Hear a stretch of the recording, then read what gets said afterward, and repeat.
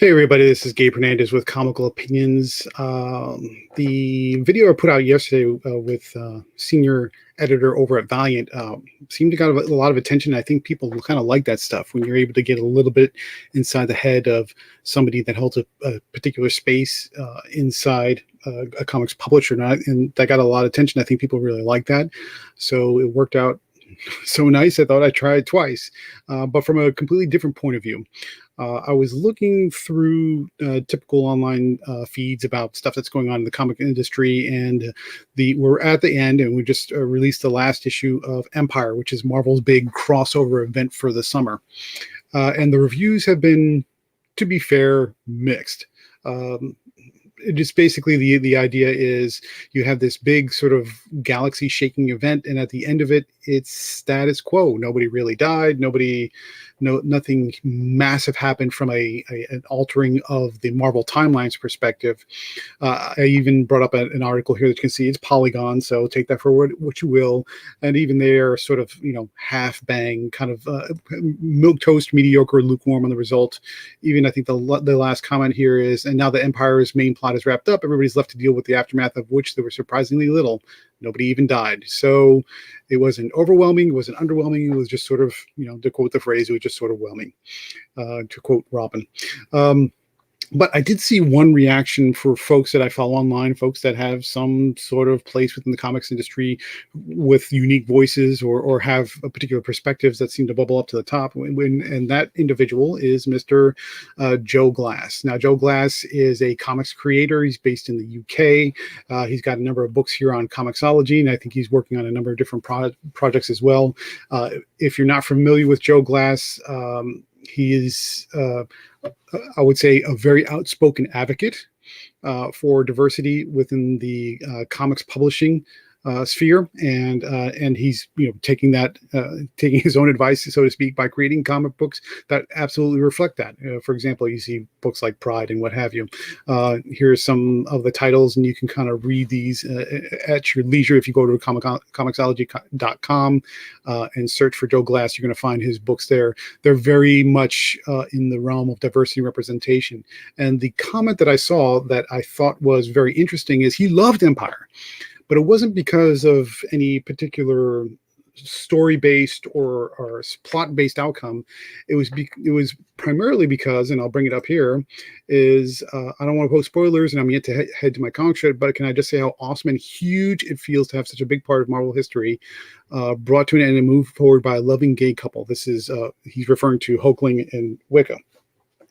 And I said, that's interesting because, we hear a lot about diversity and representation in the comic sphere, and sometimes that generates agitation. Sometimes it generates applause. But I said, what? I don't think I fully understand what diversity means from a different points of view outside of my own. So let me ask him and just kind of get his point of view on that. So we start off, and I have the whole full thread here. And spoiler alert, there's a little bit of a twist at the end, so get ready for that one. Interesting point of view you make about about how much he loved it because of the relationship between Hulkling and Wicca. From your perspective, do you think Marvel handles diversity well as an integral part of the storyline? I'm going to kind of read through this, and I won't comment on it too much because I try to be thorough when I'm asking questions.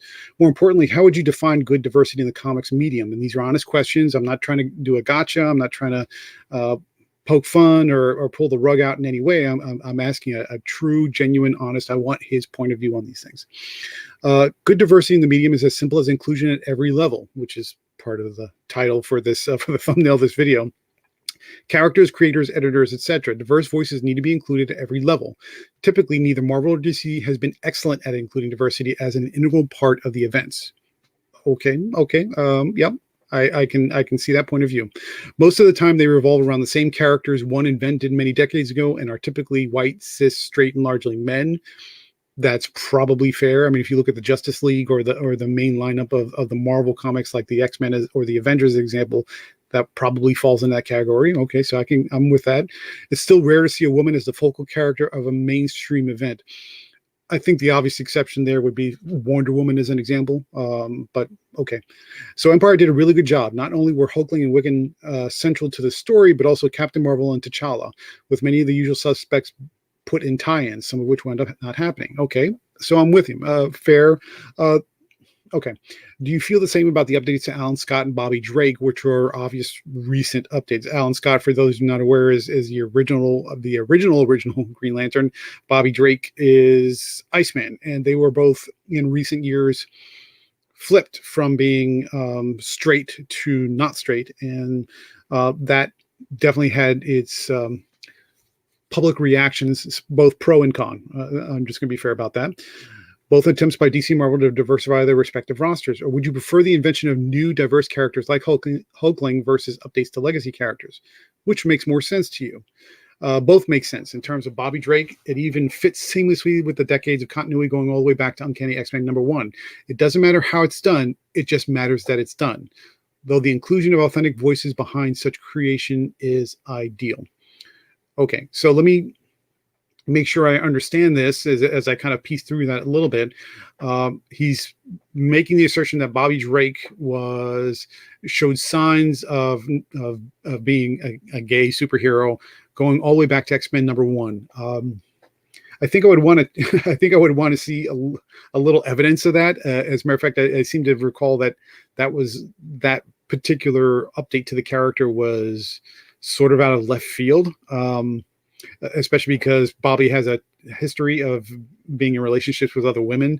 So fitting seamlessly into continuity going all the way, that seems like an odd statement that I can't really reconcile with just the experience of reading Bobby Drake for so many years. Sorry about that. It doesn't matter how it's done. So when he says it doesn't matter how it's done, and it just says it just matters that it's done, to me, that prioritizes the act of making a character not cis white straight versus how it's done, and the how is not the priority. That sort of it comes at odds with the maintaining legacy, maintaining canon. I'm not saying that's right or wrong, but that's my understanding of what he's trying to say here. So canon is less important, continuity is less important than the fact that the representation through changing that character is the end goal, not the maintenance of legacy and history and canon. Okay, I don't know that I necessarily agree with that, but I can understand why if making that change is a priority, how you get there is less relevant, then I can see how the adherence to canon is just not a priority from that point of view. Again, I personally don't agree with that. I think there's a part of the reasons we fall in love with the characters are because you live with them through their history, and that's how they were able to maintain and stay and keep who they are going forward. You live with them; they have a history to them, and without that, they're just sort of blank slates, which you can bend and wield and mold and shape in any direction. In my mind, when you do that, they become less of a character, less of an actual person, and more of just a template. And I don't know that you could have that same level of relatability and emotional connection to a template. But I understand that he's prioritized in particular and go here, and that's what makes sense today. Okay, and so here where I'm getting kind of more to the meat of the question. I think confusion happens from a lack of clarity over the definition of diversity. And I think that's true. From your view, how would you explicitly define diversity in a meaningful and measurable way? In other words, how do you know when a comic is adequately diverse? Okay, and so his answer is, well, there's no such thing as adequately diverse as no one book, show, film can possibly contain and represent everyone. That's true, sure. The only thing it requires is that the story not revolve around white, cis, straight men and not treat marginalized voices as fodder. Okay. Just okay. All right. I mean, if that's the end goal of diversity in comics, which is to make sure that the story doesn't revolve around a white, cis, straight male and not treat marginalized voices as fodder, okay. I think that's a measurable goal, and fine. I'm okay with that, or at least I'm okay with that understanding. How that works in a large publishing house like Marvel and DC, I couldn't tell you for sure. I don't know that that's workable or not. I just honestly don't know. But I see that point of view. I respect it and understand it. Okay, is it achievable? I don't know. Considering that the latter description describes most of the Marvel DC lead titles, which is kind of where I'm getting it, like the Justice League and the X-Men titles, Avengers, and what have you. If you could wave a magic wand, what would a properly diverse title line look like for DC Marvel? What would it take to get you to say, "Yep, they figured it out"? And this is kind of really where I want to get to the heart of this conversation about diversity, which is is there a goal, and how do you know when you get there? Because if you don't have a goal defined, you sort of ramble and are all over the place eventually and never really get there. So if the goal is to get to a place, and that place being proper representation, proper diversity, you have to kind of somehow define what that looks like. What is that end state? What is that goal? And to me, this is the heart of the question right here. The heart of the whole discussion is, what is the end goal? What does it look like? What is the goal, so we can all start moving in that direction, and we know what moves to make sure that we get there. And at this point, he just said, "Hi, I'll be honest, I wasn't expecting to get interviewed over Twitter about this. Unfortunately, I don't have the time to keep up with it today," which, I just sort of kind of came out of the blue. I can kind of get that. I don't have the time to keep up with it today. I'm glad you're asking questions about diversity, but there's plenty of resources out there better suited than me just now. Okay, so at that point, the conversation ended.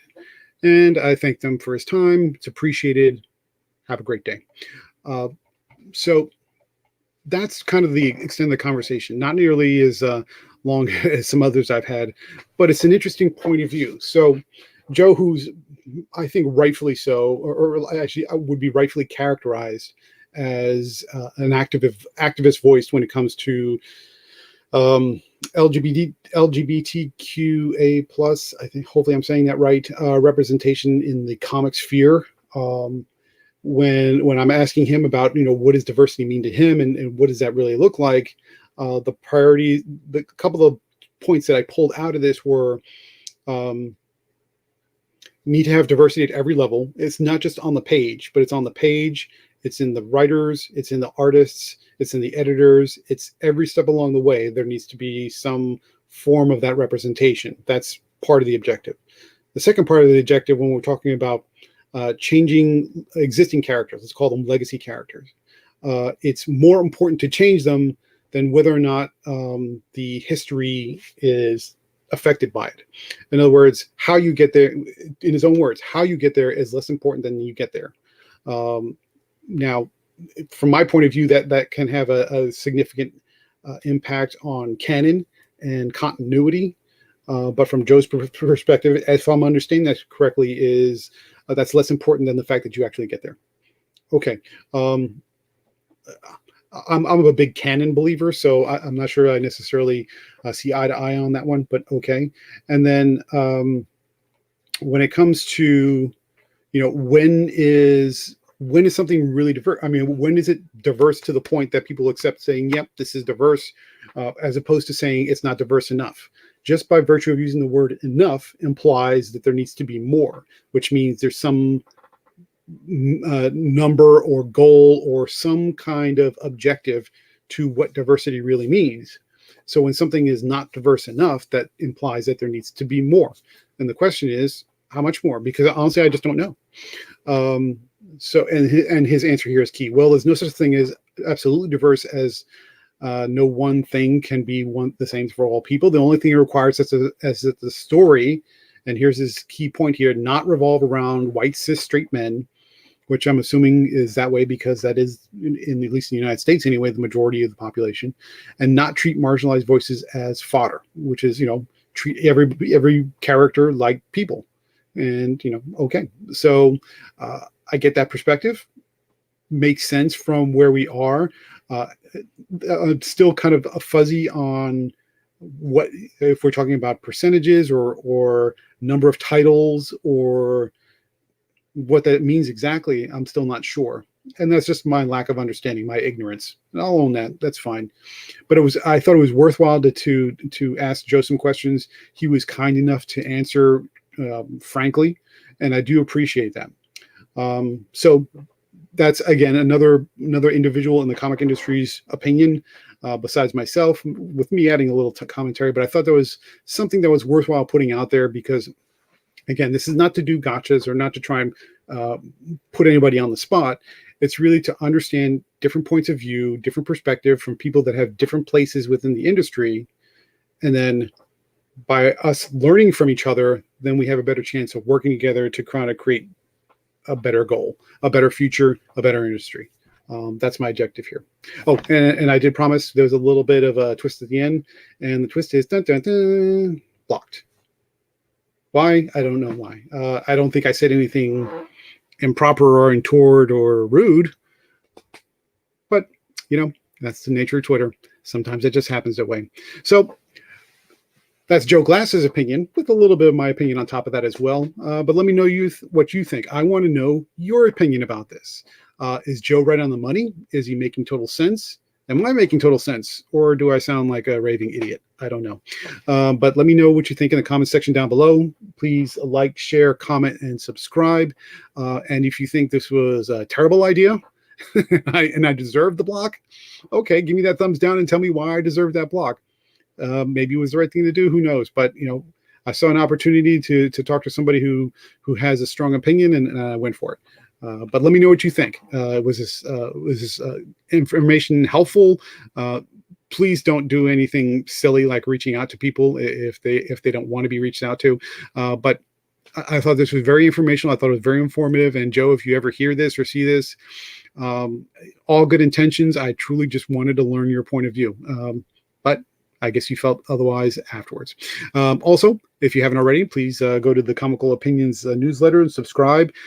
This is completely free, and in the near future, subscribers will have access to perks and other benefits that will be it's only if you subscribe. And if you go there right now, I have a number of different articles up, some of which are gaining a little traction because of some touchy subjects. If you haven't figured it out by now, I don't mind asking the uncomfortable questions, but I do it from a place of good faith, honesty, and just the intention to learn and get to the truth. That's it. There's no gotchas here. I'm not trying to put anybody on the spot. It's always getting at the truth. Sometimes that means asking uncomfortable questions, and I'm okay with that. And sometimes the answers are uncomfortable as well, but that's just the way it is. So this is Gabe Hernandez. Thank you much for your time. I very much appreciate it. You have a great day. This is Comical Opinions.